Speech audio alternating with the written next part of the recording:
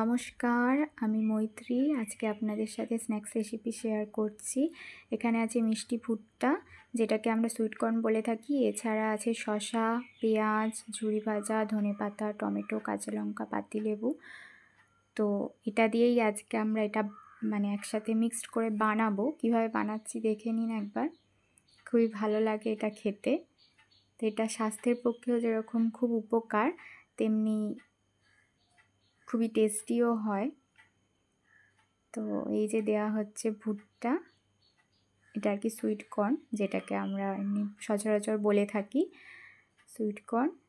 এরপরে দেয়া হচ্ছে শসা। তো এটা আপনারা টক দই দিয়েও খেতে পারেন। আমি এখন টক দইটা ইউজ করছি না, কারণ টক দইটা গরমকালে তো খাওয়াই যায়, কিন্তু শীতকালে টক দইটা খেলে অনেক সময় ঠান্ডা লেগে যাওয়ার ভয় থাকে, সেই কারণে টক দইটার আমরা এতে ব্যবহার করছি না।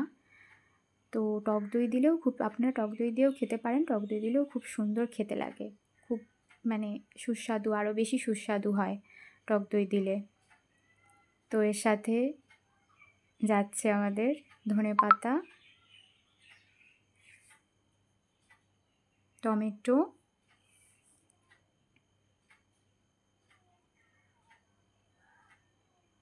এবারে এতে আমরা দেব নুন,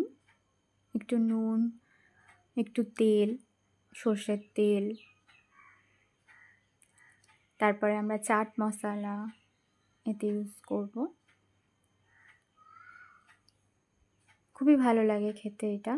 আপনারা সর্ষের তেল যারা খেতে পছন্দ করেন না, তারা এতে অলিভ অয়েলও দিতে পারেন। এটা যারা ডায়েট করে তাদের জন্যও খুব ভালো একটা খাবার আর কি। তারা এটা খেতে পারে, খুবই ভালো, এটা ডায়েটের পক্ষেও খুব ভালো। তারা সর্ষের তেলটা না দিয়ে অলিভ অয়েল, তার সাথে সমস্ত কিছু, অলিভ অয়েলটা দিতে পারে, তার সাথে যা যা ইনগ্রিডিয়েন্টস দিয়েছি এই সমস্ত কিছু। আর যদি মনে করে যে ঝুরি ভাজাটা দেবো না, তাহলে ঝুরি ভাজাটা দেবে না তারা। শুধুমাত্র এই ভুট্টা, শসা, পেঁয়াজ, টক দই, অলিভ অয়েল, নুন আর চাট মশলা যদি আপনারা ইউজ করতে চান, একটু কাঁচা লঙ্কা, ব্যাস এইগুলোই।